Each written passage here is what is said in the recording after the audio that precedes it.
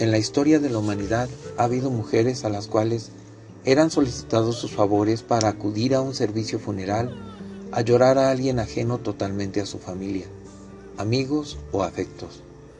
Estas mujeres han sido llamadas desde tiempos inmemoriales como plañideras. La palabra plañidera deriva de plañir, lo que equivale a gemir, a sollozar o sencillamente a llorar. A su vez, este vocablo proviene del latín plangere, que se traduce como llorar, lamentarse de manera aparatosa, golpear o golpearse en señal de dolor. Es pues, aunque extraña, una de las prácticas funerarias más antiguas en que la llorona de ocasión oferta sus lágrimas al mejor postor y se convierte en una especie de artista trágica, una que gime, gesticula y se desgañita, interviniendo en la escena a veces con convincente histrionismo o no. Un dolor que no es el suyo, un dolor que no siente pero que trata de interpretar, una experta en plasmar el dolor cuyo origen y evolución se pueden rastrear desde las épocas más remotas en multitud de representaciones artísticas.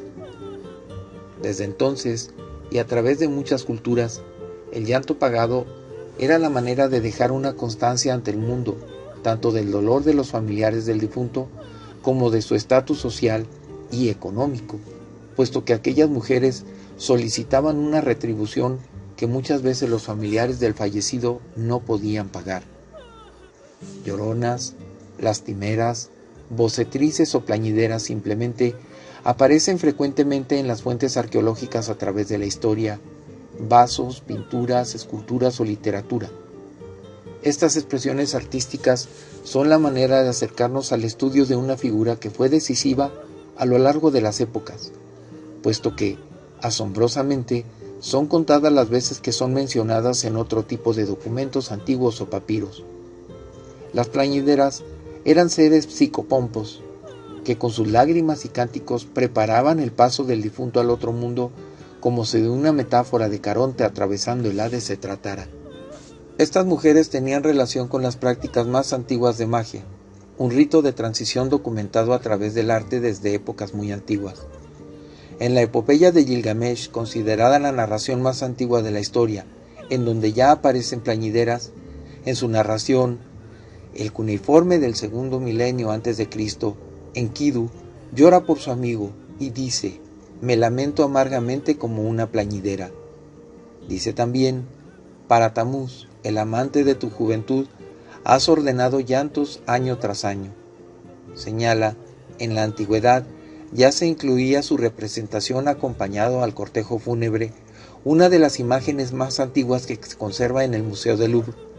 Esta pertenece a la cultura egipcia y está datada entre el 1295 al 1250 a.C., tierra esculpida, pintada, pulida y cocida, pero a través de este sencillo material transmite toda la fuerza de estas míticas mujeres.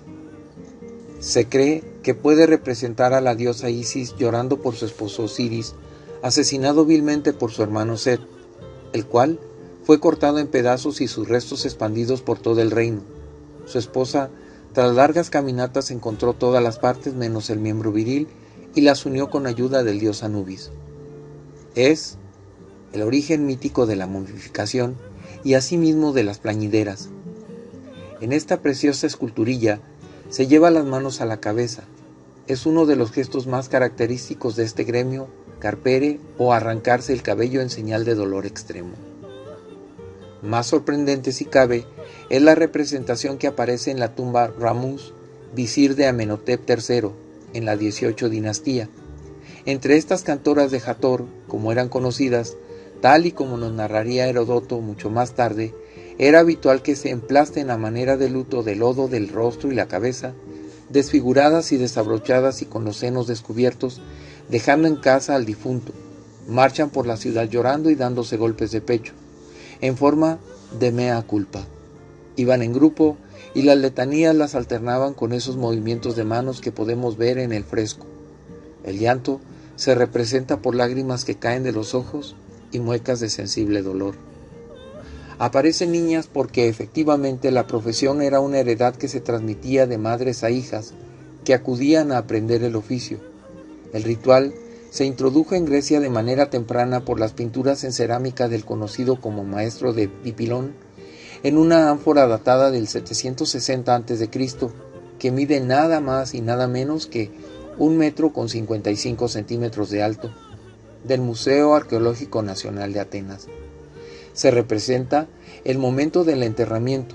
Entre el horror de la decoración geométrica encontramos la escena de prótesis, esto es, exposición y lamento del cadáver. La difunta, que es a quien pertenece esta tumba, yace tumbada en su lecho cubierto con un dosel, el damero de encima. La rodean figuras representadas de manera esquemática que se tiran del cabello. Ellas son las plañideras. Estos vasos estelas se colocaban encima de las tumbas, permitía verse de lejos y su base horadada de las libaciones u ofrendas líquidas le llegaban directamente al fallecido. En el más sentido y más literal de la palabra, en la cultura griega destacaba el culto y respeto por los antepasados. Enterrar a los muertos era un deber sagrado social, pero también algo personal. Muerte y nacimiento son los dos acontecimientos más importantes de la vida en los que se inhala o exhala un aliento vital, según el caso. De ahí el que los griegos pensaran que estos dos acontecimientos estaban unidos y llegaran a estar prohibidos en los santuarios o incluso algunos territorios, como la isla de Delos. Este hábito griego lo heredó como tantas cosas el mundo romano. Aquí daban el nombre de praefia a la plañidera principal de cada comitiva. Ella era la que dirigía el lamento y daba al resto de sus colegas el tono de tristeza adecuado en el momento. Luego fue Roma quien difundiría su costumbre por todo el Mediterráneo, perpetuándose en la Edad Media. En el sepulcro de la reina Doña Blanca I conservamos un buen ejemplo. Tan solo ha llegado a nuestros días la cubierta superior del mismo, donde su cara frontal se representa a Doña Blanca I yaciendo en una cama y un angelillo que transporta su alma al cielo. A la derecha está el rey desolado, a la izquierda un grupo femenino cerrado en su extremo izquierdo por la plañidera que se lleva las manos a la cabeza. Lloran por la triste muerte de la reina que ha fallecido pariendo al que luego sería Alfonso VIII de Castilla, en el sepulcro de Sancho Sánchez Carrillo, del siglo XIII, hallado en la ermita de San Andrés de Mahamud en Burgos. Se ha encontrado una de las mejores muestras de esta profesión, así como de la pintura primitiva castellana. Ubicado actualmente en el Museo de Arte de Cataluña, las vemos descontextualizadas, pero constituyen una de las mejores muestras de este tipo de representación. Sabemos por un documento de 1295 que don Sancho Sánchez Carrillo y su esposa doña Juana fundaron unas capellanías obteniendo en contrapartida el permiso para enterrarse en su interior. Lo decoraron con figuras, plañideros y plañideras, que se aglomeran haciendo grandes gestos de dolor entre lágrimas, así como agarrándose los cabellos. Algunas incluso se arañan el rostro, que muestra profundas heridas. Efectivamente, en medio de toda esta teatralidad era frecuente autolesionarse o marcharse las ropas y cara con barro. Las autoridades, tanto civiles como eclesiásticas de diferentes épocas y lugares, intentaron terminar con este ritual funerario, considerado muchas veces bizarro e irreverente. Desde el siglo XIV se hicieron leyes para erradicar el uso de plañideras que entorpecían los oficios con sus lloros escandalosos o tirándose encima de los sepulcros en medio de un gran alboroto. Conservamos en las iglesias autos de los obispos dando poder a los sacerdotes de pequeñas parroquias para prohibirlas, pero pues con poco éxito, ya que a veces la fuerza de la tradición es más fuerte que la ley escrita. Entierro de Ornans, de 1849, una de las pinturas más famosas de Gustave Courbet, es una buena muestra de ello. Esta enorme pintura representada en el Salón de 1850 Fue un tremendo escándalo en la época que marcó un hito tan importante como la aparición de la corriente realista. El motivo fue que el pintor francés había tomado el formato y el estilo de la Academia de la Pintura de la Historia para escenificar un tema que se consideraba banal o de género, un entierro. Posiblemente se trata de la inhumación de su abuelo materno, un republicano convencido. Asiste toda la comunidad, desde representantes del ayuntamiento hasta plañideras, pasando por la familia del pintor. Sabemos incluso por comentarios del pintor que toda la población de Ornans, su pueblo natal, posó para la pintura. Por tanto, esas 46 personas que vemos caracterizadas en este enorme lienzo a tamaño natural es un retrato toda la vecindad de este pequeño municipio. Había que demostrar que el difunto era querido y eso se medía en la cantidad de lágrimas derramadas que las plañideras guardaban en lacrimatorios que luego eran depositados en las tumbas. Estos pequeños viales de barro o cristal los encontramos ya en Grecia y Roma y reaparecieron con mucho auge en la Inglaterra victoriana del siglo XIX. En esta época eran los familiares quienes lloraban la pérdida y guardaban sus lamentos en este pequeño frasco. Tenía un tapón especial que permitía su evaporación.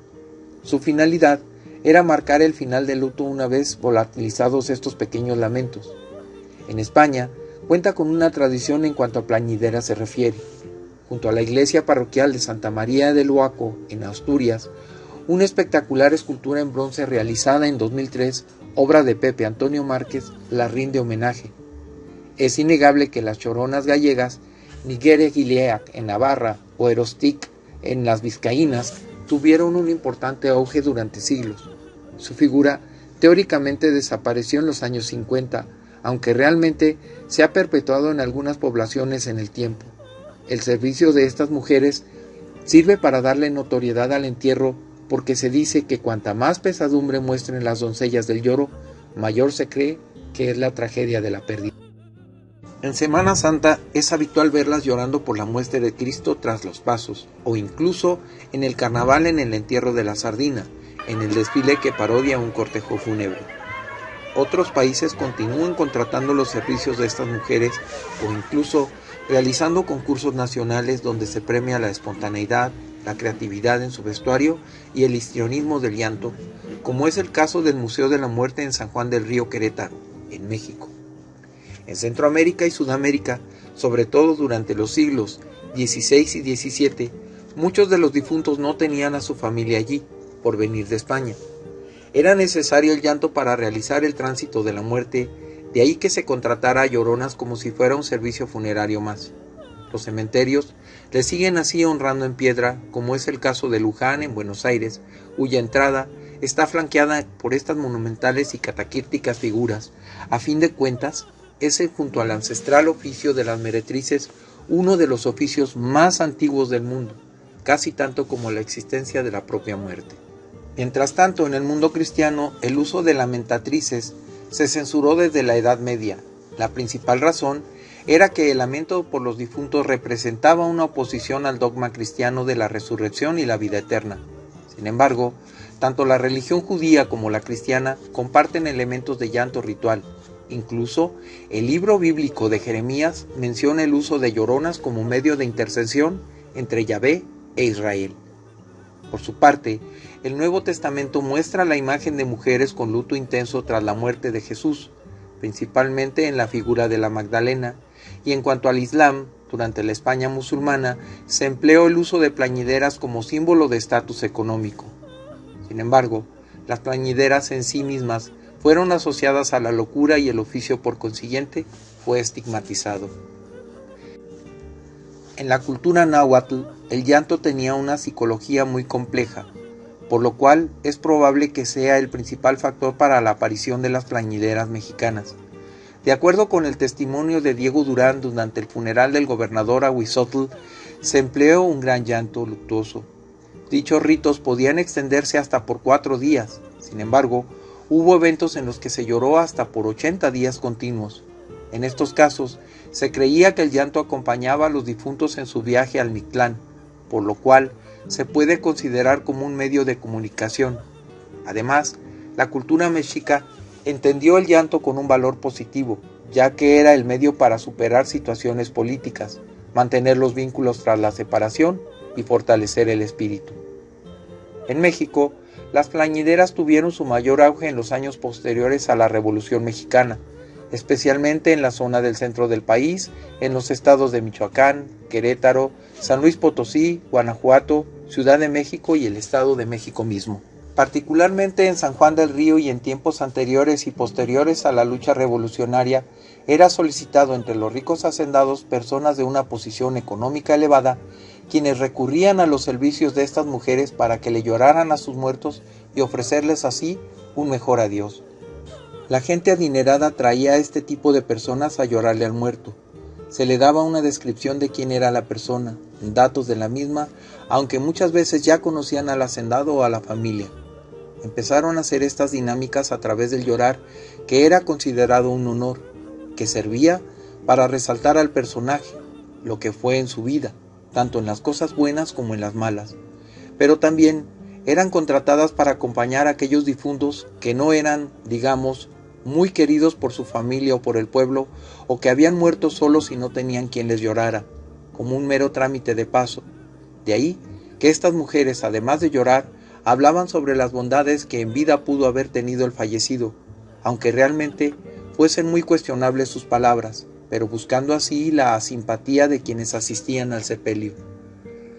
Eran unas personas que de forma incógnita, súbitamente, llegaban sollozando ataviadas con velo negro, con luto, y empezaban a llorar y a hablar de bondades que a lo mejor nunca tuvo el difunto. La cuestión aquí era hacer sentir a los que acudían un sentimiento de bondad hacia el difunto que estaban velando, de modo que pudieran condolecerse del mismo y poder entonces llevar un buen entierro, una especie de abatidoras trágicas en el ambiente ya de por sí difícil de aquel duro momento. Hasta hace poco, el uso de plañideras era una tradición en distintas regiones de nuestro México. A su vez, las plañideras mexicanas reunían distintos elementos de sus antecesoras. En la mayoría de los casos, el empleo de plañideras tenía por objetivo reforzar la reputación del difunto. Sin embargo, algunas de ellas también fungían como rezadoras de rosarios y novenarios y acompañantes constantes de soporte de los deudos. Las plañideras o lloronas solían asistir a los funerales vestidas con ropa y velos negros. A diferencia de otras culturas, las plañideras de México intentaban que los dolientes penetraran en el dolor de los deudos. Por ello, con la intensidad del lamento, buscaban que el lamento fuera o sonara sincero. Actualmente, la costumbre de contratar plañideras va en pleno declive, debido a la prisa de la modernidad en que vivimos. Algunas tradiciones se van perdiendo en el tiempo, y es que cabe mencionar que por un tiempo el oficio se convirtió en algunos casos lamentables en algo cuasi mercenario, en donde una tarifa delimitaba la intensidad y la actuación del lloro. Ah, sí, desde un lagrimeo simple hasta un llanto emocionalmente desgarrador, tirarse al suelo y literalmente azotarse y revolcarse, arrancarse la ropa o los cabellos en convincente dolor, privarse artísticamente del sentido y, en casos mucho más lamentables, llegar al punto de lanzarse histriónicamente a la caja en el momento del entierro. Pero en fin, muchas veces contratadas allá donde es sabido, no habrá un llanto sincero, o de aquellos finados que por uno u otro motivo en su existencia no dejaron una verdadera razón para lamentar sinceramente su partida. Sin embargo, la tradición ha evolucionado en eventos como el Concurso Nacional de Plañideras, que año con año se efectúa en San Juan del Río, Querétaro. Dicho evento se celebra de forma anual en el contexto del Día de Muertos, y la participación de histriónicas lloronas verdaderamente profesionales del duelo va en franco aumento.